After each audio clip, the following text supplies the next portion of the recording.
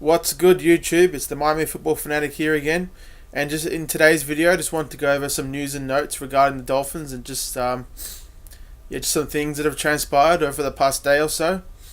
So, in starting, some very positive news. Stephone Anthony has made his way to the Dolphins and he's passed his physical, so he's going to be cleared for action this Sunday against the Jets. He had a high ankle sprain, but the Dolphins doctors weren't too concerned about it, so yeah, that's great news. As Coach Gay said in his presser, he had a physical and he was all good. So that is awesome to hear. We won't have to worry about him, sitting on the bench this week and not getting any action. He'll get a chance to, compete in practice, and we'll see what he's made of, and if he can help us out on Sunday and going forward. And Coach Gase said regarding the trade that it's been going on for a while, and it was bound to happen at any time. We're excited to have an opportunity to add someone to our roster that can help us right away, so that's awesome. And Coach Gase didn't say if he's going to play inside or outside, but they're obviously just going to have a look at him in practice and make their assessment there.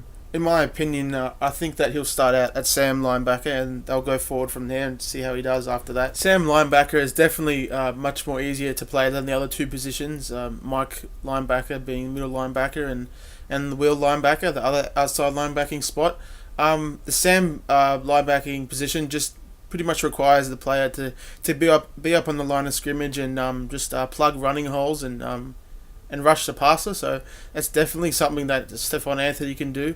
He's a really big physical linebacker, and his physicality really flashes on tape, especially when you watch him coming out of college. But yeah, you didn't see that too much with him in the NFL. But I think playing Sam, he definitely would be able to see him have a tremendous impact.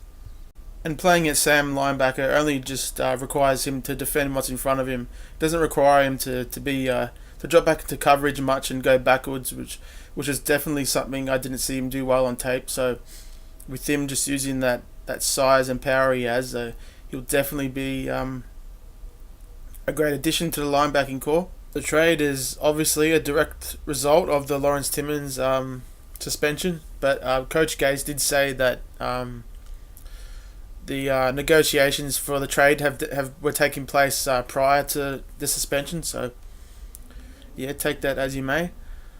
So moving on to some other notes. Coach Gase has acknowledged that J.J.'s 28 carries against the Chargers was way too much.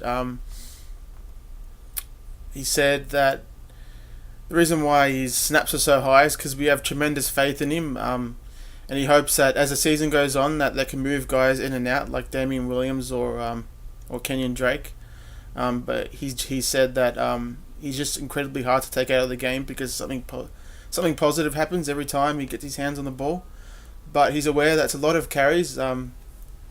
He played a lot of snaps because he just wasn't willing to play out of the game and just looked great out there. So, yep. And Ajayi, he played 64 of our 68 offensive snaps, which was plenty. And Damian Williams only got in for 3 snaps, and Kenyon Drake only got in for 1. So definitely want to up the usage of Kenyon Drake and Damian Williams to keep Ajayi healthy over the season. And just moving on to some injury news. Besides Ajayi having some knee soreness, Jarvis Landry sat out with a knee injury too, and defensive tackle Jordan Phillips had an ankle injury too, so he missed practice.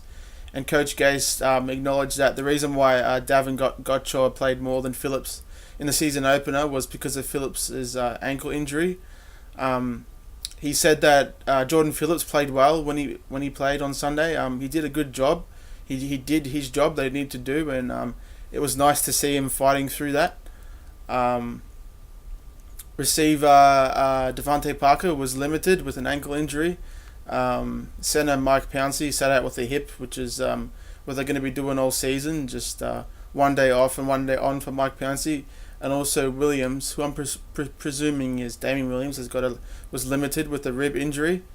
Coach Gase said about Mike Pouncey is He's got an unbelievable feel for the game, and just does a tremendous job of getting to the second level and blocking guys. Doesn't matter where they are, where the location is, he always seems to get it done. And moving on, Coach Gase said that this year's offensive system fits Jay Cutler much better than 2015.